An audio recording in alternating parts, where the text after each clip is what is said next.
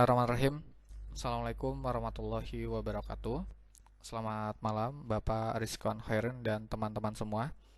Pada kesempatan kali ini kami akan membahas tentang pernikahan dalam Walimatul Ursi, mulai dari syarat, rukun, hingga hukum dalam Islam.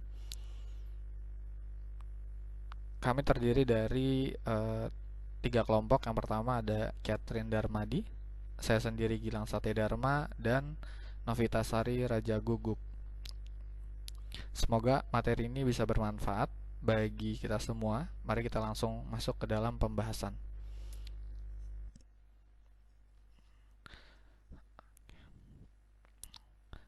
Pada slide pertama ini, kita membahas tentang pengertian pernikahan dalam Islam. Pernikahan dalam Islam bukan hanya hubungan pribadi antara laki-laki dan perempuan, tetapi merupakan sebuah akad resmi yang memiliki nilai ibadah. Artinya pernikahan adalah bagian dari menjalankan perintah Allah. Di dalam pernikahan terdapat tiga aspek utama. Yang pertama, aspek ibadah. Pernikahan dilakukan sebagai bentuk ketaatan kepada Allah. Yang kedua, aspek sosial, yaitu pernikahan bertujuan membentuk keluarga dan juga menjadi bagian dari kehidupan masyarakat. Yang ketiga, aspek hukum. Aspek hukum yaitu pernikahan diatur baik dari syariat Islam maupun dalam hukum negara, sehingga memiliki kekuatan hukum yang jelas. Next.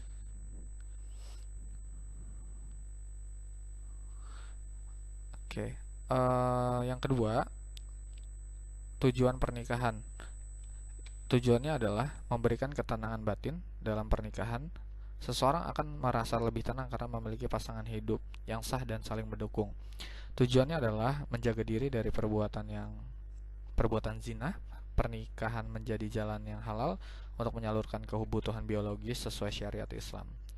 Tujuan yang ketiga adalah melanjutkan keturunan. Melalui pernikahan lahirlah generasi yang sah dan diharapkan menjadi generasi yang baik. Dan tujuan yang terakhir adalah sebagai bentuk ibadah kepada Allah, karena pernikahan merupakan perintah agama, maka menjalankannya termasuk ibadah. Next. Oke. Syarat pernikahan ialah ketentuan yang harus dipenuhi sebelum akad pernikahan dilaksanakan. Jika syarat tidak terpenuhi, maka pernikahan tidak bisa dilakukan sejak awal. Syarat pertama adalah calon suami dan istri yang jelas. Artinya kedua pihak harus diketahui identitasnya dan tidak dalam kondisi yang dilarang untuk menikah. Yang kedua, adanya wali. Wali berperan sebagai pihak yang menikahkan mempelai perempuan dan dalam Islam wajib menjadi bagian penting dalam proses pernikahan. Yang ketiga, adanya saksi. Minimal 2 orang saksi diperlukan untuk menyaksikan akad agar pernikahan syah dan diketahui secara umum. Dan yang terakhir, tidak adanya halangan pernikahan seperti hubungan mahram, masih dalam masa iddah, atau hal lain yang dilarang dalam syariat. Next.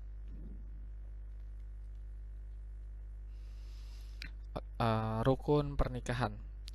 Rukun yang artinya bagian inti dalam pernikahan. Jika salah satu rukun tidak terpenuhi, maka pernikahan tersebut tidak sah, meskipun syarat lainnya sudah lengkap. Ada 5 rukun pernikahan. Yang pertama adalah suami, yaitu laki-laki yang akan menikah. Yang kedua adalah istri, yaitu perempuan yang akan dinikahi. Yang ketiga adalah wali, yaitu pihak yang menikahkan mempelai perempuan. Walaupun wali ini sangat penting dalam pernikahan menurut Islam. Yang keempat, 2 orang saksi yang berfungsi untuk menyaksikan dan memastikan akad berlangsung secara sah. Yang kelima, yaitu akad atau pernyataan serah terima antara wali dan mempelai pria. Next. Oke, peran wali. Wali adalah pihak yang menikahkan mempelai perempuan dalam akad pernikahan. Jadi alurnya dimulai dari perempuan, kemudian diwakili oleh wali, lalu dilaksanakan akad dengan mempelai pria. Dalam Islam, wali memiliki kedudukan yang sangat penting karena termasuk rukun pernikahan, yang artinya tanpa wali pernikahan tidak sah.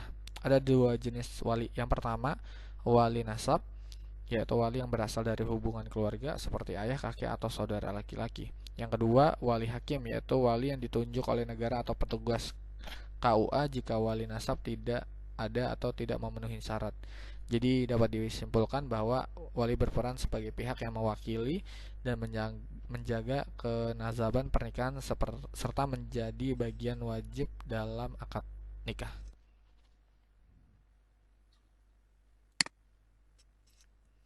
Baik, selanjutnya di sini ada ijab qabul. Ijab qabul merupakan inti dari akad pernikahan. Ijab adalah pernyataan dari wali yang menikahkan mempelai perempuan. Sedangkan qabul adalah jawaban dari mempelai pria sebagai tanda menerima pernikahan tersebut. Dengan adanya ijab qabul, maka terjadilah kesepakatan yang sah antara kedua belah pihak. Oleh karena itu, ijab qabul menjadi bagian paling penting dalam pernikahan, karena menentukan sah atau tidaknya akad. Next. Sini ada syarat ijab qabul. Yang pertama, ucapan harus jelas. Artinya, tidak boleh samar atau membingungkan. Yang kedua, dilakukan dalam satu majelis, yaitu dalam satu tempat dan waktu yang sama. Yang ketiga, tidak terputus. Artinya, antara ijab dan qabul tidak boleh ada jeda yang lama. Keempat, harus ada saksi yang menyaksikan akad tersebut. Tujuan dari semua syarat ini adalah untuk memastikan bahwa akad dilakukan secara serius, jelas, dan sah menurut hukum agama.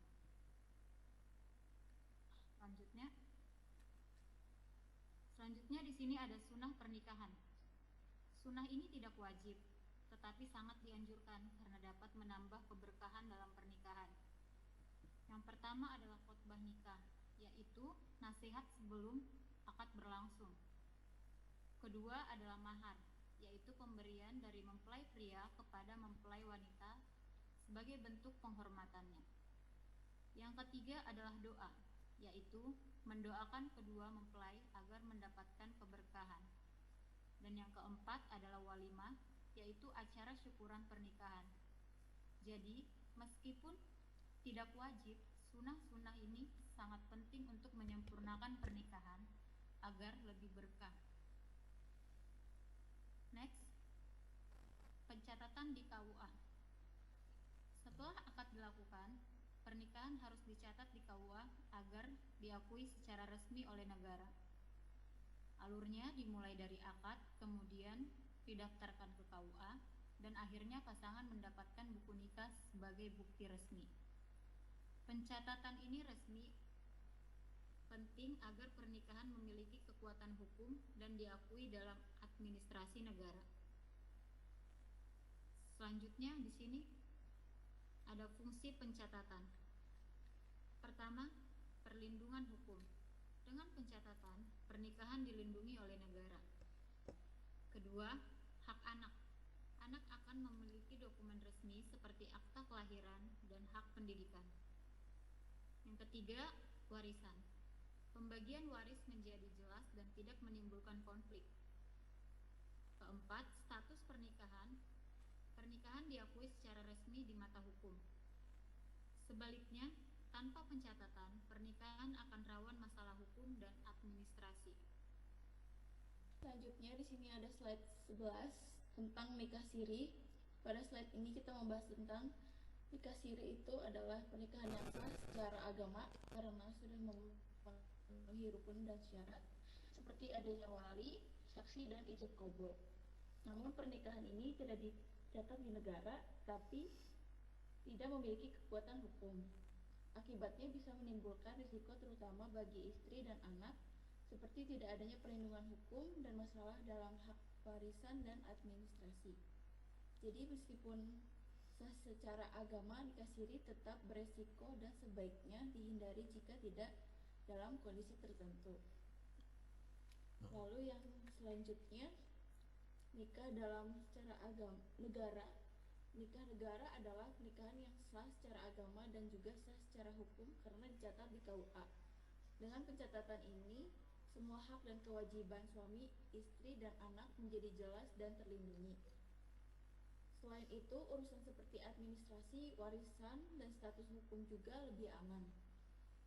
Jadi nikah negara merupakan bentuk pernikahan yang paling aman dan dianjurkan di Indonesia. Selanjutnya ada di slide Walimatul Ursyi. Walimatul Ursyi adalah acara syukuran pernikahan yang biasanya dilakukan dengan mengundang keluarga dan tamu. Di sini ada contoh 3 ilustrasi, yaitu pertama tertib, harmonis, dan kekeluargaan. Tertib itu dengan pengaturan acara yang tertata dan tertib, lalu keharmonisan antara tamu keluarga dan keluarga, lalu kekeluargaan itu suasana kekeluargaan yang erat.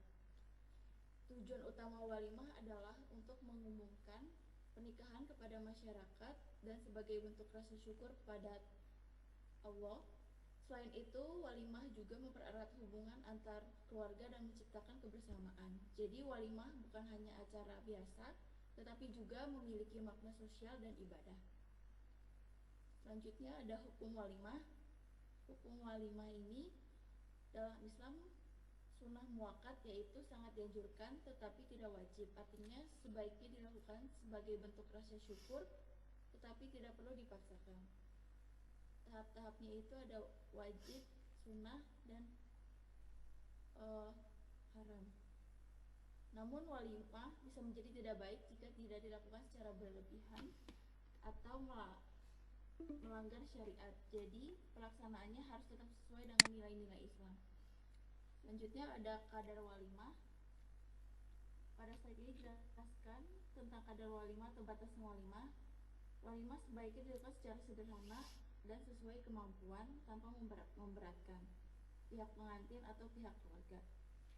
Yang selanjutnya yang tidak diperbolehkan adalah berlebihan, pamer, atau melanggar aturan dalam Islam. Intinya walimah dilakukan dengan niat syukur, bukan untuk menunjukkan kemewahan. Jadi yang penting bukan besar kecilnya acara, tapi makna dan niatnya. Oke. Kesimpulannya, pernikahan sah dan berkahnya itu adalah bahwa pernikahan dalam Islam merupakan sebuah akad yang tidak hanya bersifat pribadi, tetapi juga memiliki aspek ibadah, sosial, dan hukum.